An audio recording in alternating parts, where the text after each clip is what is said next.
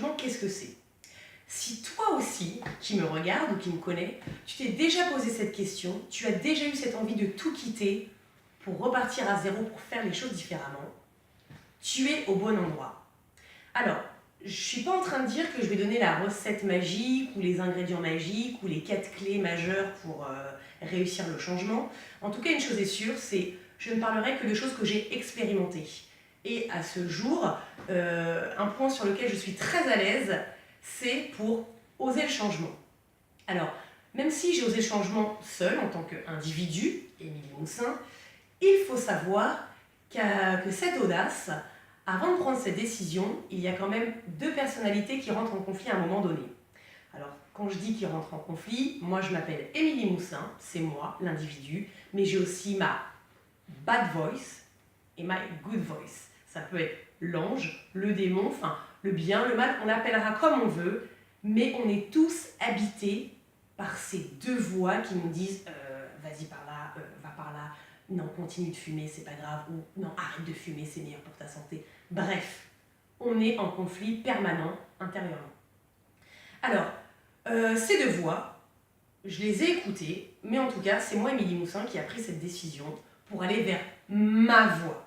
Ma voie, mon chemin, mon rail, qui m'a menée depuis 8 mois maintenant dans une nouvelle vie, dans une nouvelle ville aussi, qui est à Londres, puisque depuis quelques mois maintenant, mon mari, mes enfants et moi, nous avons immigré dans la City of Opportunity. Alors, tout ça pour vous dire qu'après une vie bien remplie à Paris, en tant que salariée, maman, entrepreneur, femme d'eux, etc., il s'avère qu'est arrivé un moment où nous avons eu envie d'expérimenter une nouvelle vie, bien sûr pour nous, mais aussi pour nos enfants. Alors, tout comme vous, j'ai déjà eu des conflits avec mon entourage, ma famille, mes amis, mon patron, mon associé. Et tout ça, ce sont des facteurs qui, à un moment donné, vous disent, bon, ou je plaque tout et je recommence, ou je dois pivoter pour me faire comprendre, ou je change ma manière de communiquer, ou bon, à un moment donné, pourquoi pas tenter une nouvelle expérience. Et après une vie bien riche, bon, repoussons les limites et voyons ce qu'on est capable d'accomplir. Donc aujourd'hui, si je me sens à l'aise pour vous parler de ce sujet, c'est parce que, juste pour vous faire un petit résumé, ce qui m'a mené à Londres, et là je vais vraiment faire un raccourci, en tout cas la manière dont je l'intègre, c'est tout simplement parce que je considérais que le marché du travail français ne voulait plus de moi. Alors, 2 facteurs très simples, du moins 2 faits très simples. Après 30% de croissance et que je me suis retrouvée licenciée, j'arrive au Pôle emploi avec mon projet d'entreprise. La nana me regarde, et je vous la fais très courte. Alors oui, vous voulez entreprendre, ok. Maintenant, il s'avère que vous n'avez pas de trou dans le CV. Vous êtes une femme, vous étiez DG. Donc pour trouver un poste de DG à 30 ans, écoutez, les gens, ils ont 45 ans, ils sont accrochés à leur siège. Autant vous dire, madame, que c'est pas la peine. Donc si j'étais vous, je ferai un 2e enfant, puisque de toute façon, vous allez faire peur à l'employeur. Ils vont dire, voilà, une enfant de 2 ans, dans 2 ans, elle m'en refait un 2e, congé maternité, organisation.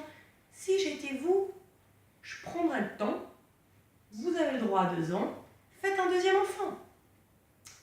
Et là, je me suis dit, non, c'est pas possible, je rêve.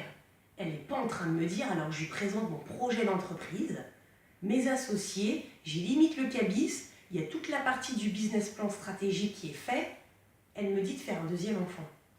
J'en veux pas.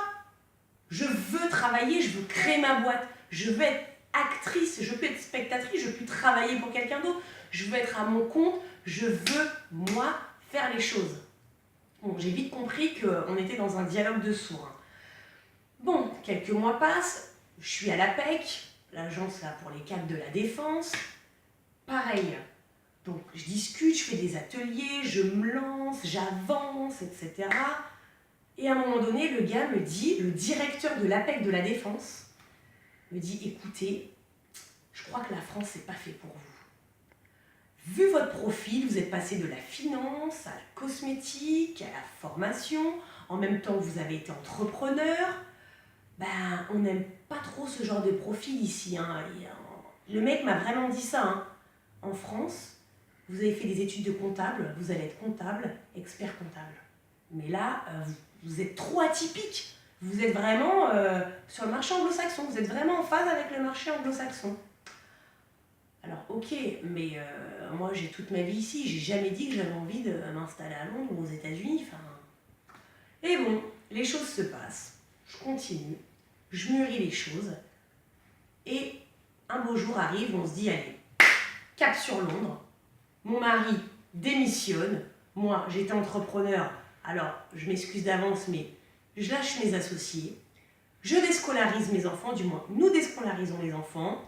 On retire la petite de la crèche, parce qu'il faut savoir que j'avais pleuré pendant 6 mois à la mairie. Hein. Donc, j'ai obtenu ma place en crèche. 3 mois après, je dis salut, bye bye. Au passage, je pense qu'on a fait des heureux. Donc, bon, c'est pas grave. Il doit y avoir un petit gamin qui est très heureux d'avoir eu la place de notre fille. Et nous voilà installés à Londres. Alors, on a tout fait, puisque même si on s'est auto-expatrié, le mot expatrié, on n'avait pas de job qui nous attendait là-bas. On n'avait pas d'école, déjà on n'avait pas trouvé l'école de notre enfant. J'avais pas non plus mon business que j'avais à côté, c'est pas la même clientèle, hein, les habitudes UK, les habitudes françaises, c'est pas pareil. On avait juste sécurisé le toit. On avait trouvé notre appart. Mais tout le reste, fallait commencer from scratch, enfin fallait commencer de zéro. Donc tout ça pour vous dire que il y a des adages comme ça, quand on veut, on peut, aide-toi, le ciel t'aidera. Mais c'est vrai, à un moment donné, si vous décidez, si vous prenez la décision de changer les choses, de passer un cap, d'embrasser ce nouveau changement qui s'offre à vous, parce que vous voyez, j'emploierais souvent ce mot dare the change, parce que c'est vrai, oser le changement, parce que changer c'est facile. Oser, c'est encore autre chose, mais par contre, acter et le faire, là, c'est tout autre chose. Donc, à travers ces vidéos, je le vois, alors je ne vais pas dire une mission, mais j'ai rencontré tellement de gens ici à Londres, j'ai rencontré tellement de personnes qui sont salariées, qui sont à côté self-employed ou qui ont un job à côté. On est à l'ère du fulfillment, du self-accomplish, de la réalisation de soi. Donc on ne peut plus s'auto-suffire de juste son job, sa famille, même s'il y en a qui sont très heureux comme ça, je ne le critique pas, puisque de toute façon, l'objectif de tout un chacun, je pense que c'est être heureux. C'est cette quête du bonheur. Il y en a qui sont heureux en étant mère au foyer, il y en a qui sont heureux en étant patron de multinationales, il y en a qui sont heureux parce qu'ils ont plein de zéros sur le compte en banque. Tout dépend, c'est très subjectif cette notion du bonheur. Et vous verrez que je ferai aussi des choses par rapport au bonheur, parce que happiness, business, book, toutes ces vidéos seront ponctuées par l'apprentissage, que ce soit par rapport à des livres, par rapport aux autres, toute personne peut nous apprendre. Puisqu'il y a un proverbe que j'entends beaucoup ici, c'est « the more you learn, the more you earn ». Plus vous apprenez, plus vous gagnez, plus vous pouvez devenir riche, mais la richesse, elle ne passe pas forcément par l'argent. Même si on sait que quand on dit l'argent n'a pas d'odeur, n'a pas de... Oui, l'argent, c'est une couleur, c'est une saveur, donc c'est matériel, on en a tous besoin. Mais ce que je suis en train de vous dire, c'est que si vous êtes heureux et si vous êtes satisfait d'une décision que vous avez prise et que vous êtes en phase avec vous-même, et ben c'est là le bonheur, c'est là la richesse. Donc je me mettrai à nu, entre guillemets, mais en tout cas, une chose sera sûre, c'est que ce sera authentique. Je me suis plantée, j'ai fait de grosses erreurs, mais je ne parlerai pas d'échec, même si j'emploierai le mot échec, mais l'échec c'est un mot, mais je préfère parler d'expérience, puisque à chaque fois que je me suis plantée, j'en ai tiré quelque chose de positif. Et aujourd'hui, si je suis à Londres, alors que j'ai toujours rêvé d'être à l'étranger, c'est parce que j'ai pas trouvé de travail en France.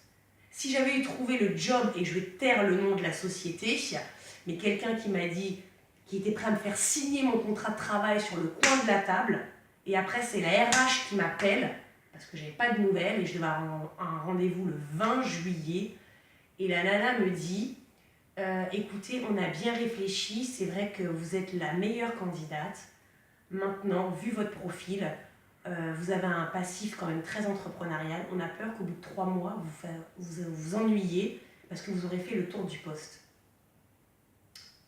Ok, donc c'est pour ça que tu ne me prends pas. Je suis super candidate, j'ai passé toutes les étapes, tout est ok, mais parce que tu ne veux pas repartir dans un recrutement dans 3 mois, tu me dis tu ne me prends pas? Ok, il y a ce qui s'appelle la période d'essai, donc c'est pas grave. Mais en même temps, merci de ne pas m'avoir pris. Parce que si tu m'avais pris en juillet 2015, et ben en février 2016, j'aurais pas été à Londres. J'aurais été dans mon métro boulot dodo, avec un très bon salaire négocié, une nouvelle vie de salarié, parce que j'aurais considéré que j'ai échoué en tant qu'entrepreneur en France. Mais non. Donc remerciez vos échecs. Remerciez les contrariétés. Parce que tout ce qui vous arrive, entre guillemets, de négatif, en tout cas tout ce qui ne va pas dans votre sens, vous pensez sur le coup que c'est un obstacle, que c'est une embûche, que c'est une injustice, que c'est pas normal. Mais tout ce qui arrive, c'est parce qu'il y a quelque chose de meilleur qui vous attend. Et donc ce sera ça l'objet des vidéos, osez le changement. À un moment donné, ne blâmez pas la contrariété, parce que ce qui est là pour vous, vous l'obtiendrez. Aujourd'hui, je suis à l'aise pour vous parler de changement. Et c'est pour ça que je serai en mesure, pas de vous aider à changer, mais de vous faire passer ce virage à 360 s'il est nécessaire, et en tout cas, de vous guider pour appréhender ce changement en quête de la réalisation de soi.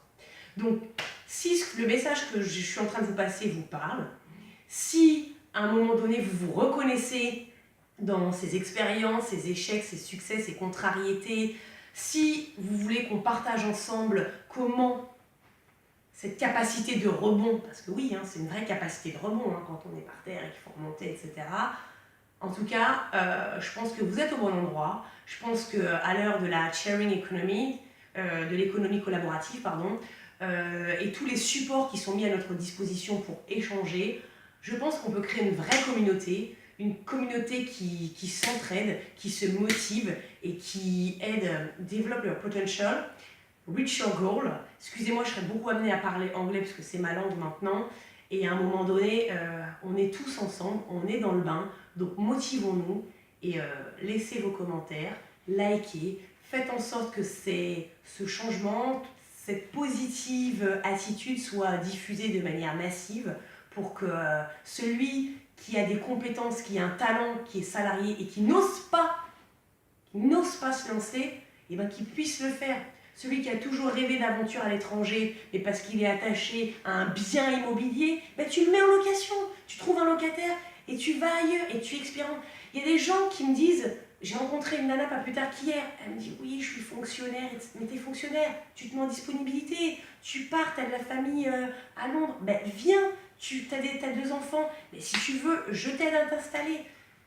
Voilà, créons cette communauté de Dare the Change, Motivation Spirit and Mindset Optimist. Voilà ce que j'ai à vous dire.